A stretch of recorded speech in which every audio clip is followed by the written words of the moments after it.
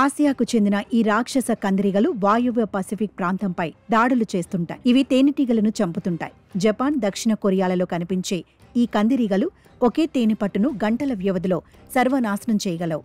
ఈ జాతి కందిరీగలు మనుషుల మీద కూడా దాడి చేసి తీవ్రంగా గాయపరుస్తాయి. ఆసియాకు చెందిన ఈ రాక్షస కందిరీగలు మనుషుల్ని వేటాడి చంపవు, కానీ వాటి గూడు దగ్గరకు వెళ్లినప్పుడు ప్రమాదాన్ని ఊహించి దాడి చేస్తాయి. ఈ రాక్షస కందిరీగల కారణంగా ఆసియా ప్రాంతంలో ఏటా 40 మంది చనిపోతున్నారని వాషింగ్టన్లోని స్మిత్సోనియన్ మ్యూజియం వెల్లడించింది.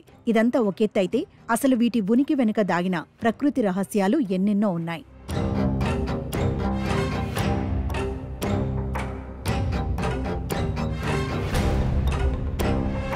యూనివర్సిటీ కాలేజ్ లండన్కు చెందిన బిహేవియరల్ ఎకాలజీ ప్రొఫెసర్ సెరియన్ సమ్నర్ కందిరీగలపై పరిశోధన చేస్తున్నారు.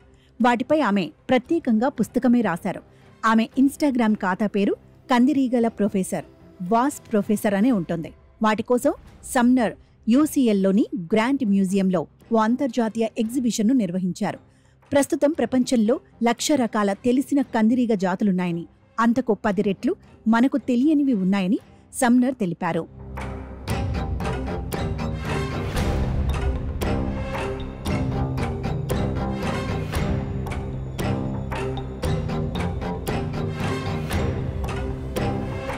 కందిరీగలు సహజమైన పెస్ట్ కంట్రోల్గా ఉపయోగపడతాయి.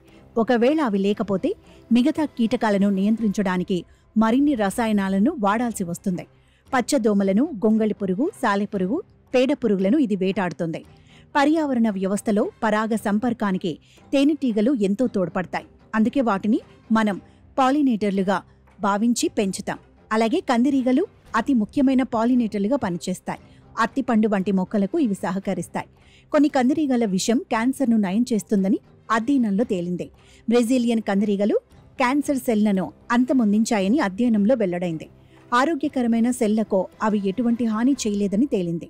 కందిరీగ విషయంలో యాంటీబయాటిక్స్ కూడా ఉంటాయి. ప్యూపా లార్వాల కోసం కొన్ని ప్రాంతాల్లో కందిరీగలను పెంచుతారు. చైనా లాంటి దేశాల్లో దీనిని ఆహారంగా తీసుకుంటారు. ఇందులో ప్రోటీన్ అధికంగా ఉంటుంది.